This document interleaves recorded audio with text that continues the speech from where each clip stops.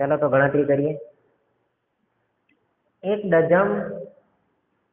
Dozen पेनની કિંમત 180 રૂપિયા અને 8 પેનની કિંમત 56 રૂપિયા। તો બોલ પેનની કિંમતનો ગુણોત્તર શોધો। એક ડઝનમાં કેટલું હોય? 12 નંગ। કેટલા નંગ હોય? 12 નંગ। એટલે કે એક ડઝન પેનની કિંમત 180। એટલે આપણે ટૂંકમાં લખી નાખીએ કે ડઝન પેનની કિંમત 180 રૂપિયા। પછી કીધું છે 8 પેનની કિંમત 56 રૂપિયા। 8 પેનની કિંમત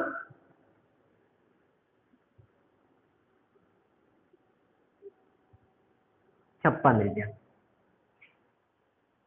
કશું છે નહીં, મજા આવે એવા દાખલા છે।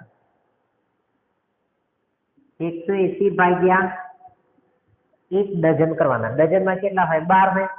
એટલે જો 180 ભાગ્યા 12, 12 એકા 12, 8 માંથી 2 જાય તો 6 વધે, 1 માંથી 1 જાય તો કશું ના વધે, પણ આ લાડુઓ થી નીચે આવે।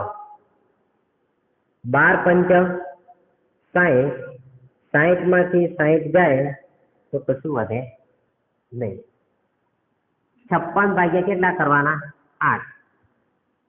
56 ભાગ્યા 8, 8 7 56 થાય। 56 માંથી 56 જાય તો કશું વધે નહીં। અમે ભાગાકાર થોડા કરવા આવ્યા છે, ગુણોત્તર શોધવા। ગુણોત્તર શું મળે આપણે? 15/7। શું મળે? 15/7।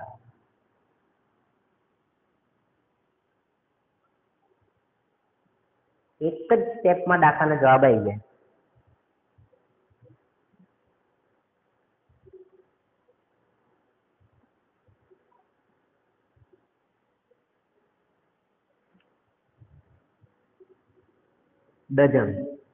ડઝન એટલે કે 12, કિંમત કેટલી? 180। 12 ના અડધા 6, 180 ના અડધા 9, અરે 90, બરોબર। 90 ભાગ્યા 6 કરીએ તો 15 6 કેટલા થાય? 90 થાય। 15 6 90।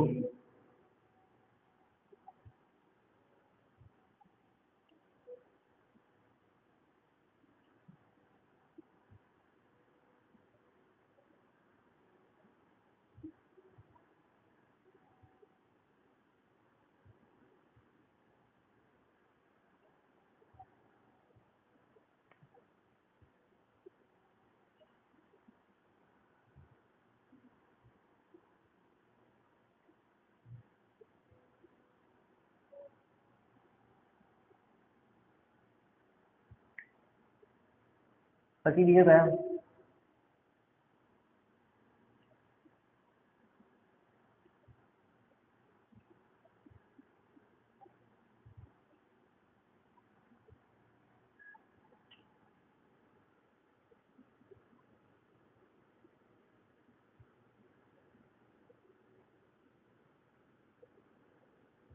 आठ 7 કેટલા થાય? 56 થાય। 15 અને 7 બંનેનો ગુણોત્તર આવી જાય।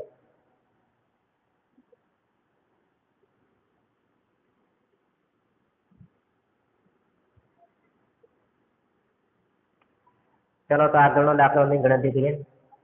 વિધાન ચકાસો સભાખંડની પહોળાઈ અને લંબાઈનો ગુણોત્તર 2:5 છે। કેટલો છે? 2:5 છે। આપેલ પહોળાઈ અને લંબાઈના આધારે કોષ્ટક પૂર્ણ કરો। અહીં ખાલી જગ્યા છે, અહીં ખાલી જગ્યા છે। પહોળાઈ કેટલી આપેલી? 10, ખાલી જગ્યા અને 40। લંબાઈ કેટલી આપેલી છે? 25, 50 અને ખાલી જગ્યા। કશું છે નહીં, પણ ગણતરી ક્યારે કરી નહીં, ગણિત બેઠા નહીં। 1 થી 10 ધોરણ સુધી રખડી ખાધું, મજા આયા. 11 12 માં મજા આયા, કોલેજમાં મજા આયા, અને હવે એક્ઝામ આવી એટલે સજા આપણી. સજા આવી, આપણે અત્યારે સજાને પણ મસ્ત બનાવી નાખી. 10/25 બરાબર. ઉપરની ખાલી જગ્યા છે, ખાલી જગ્યા જ મૂકીએ.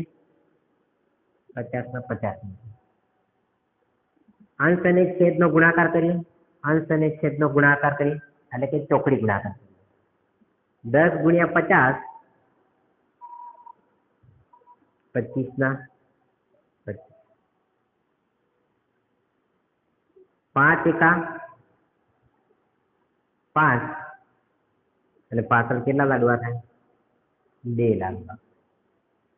25 ના 25, 25 દૂની 50, એક લાડવો ઉપર આવે એટલે આપણો જવાબ શું થઈ ગયો? 20. આગળ જોઈએ. આમની ખાલી જગ્યા છે. આ જે પ્રથમ સ્ટેપ છે બીજા સાથે ગણ્યું, તો એ જ સ્ટેપને આપણે છે ને ત્રીજા સાથે ગણીએ. 10/25 બરાબર 40 અહીં ખાલી જગ્યા છે. તો અહીં પણ શું કરશું? ચોકડી ગુણાકાર કરશું. ચોકડી ગુણાકાર કરીએ એટલે 25 ગુણ્યા 40, 25 ગુણ્યા 40 ભાગ્યા 10. 25 4 કેટલા થાય?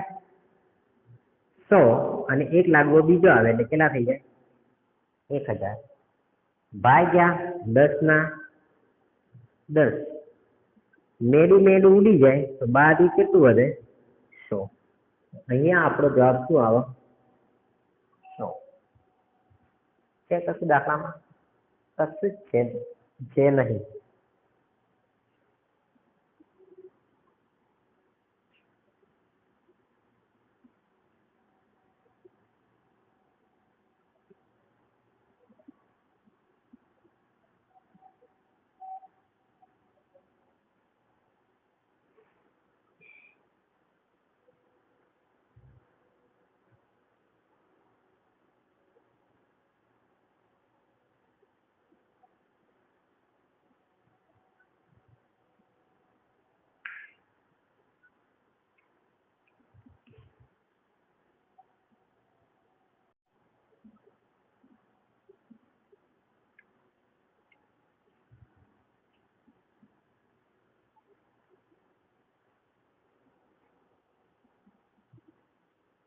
ચલો તો આગળના દાખલાની ગણતરી કરીએ.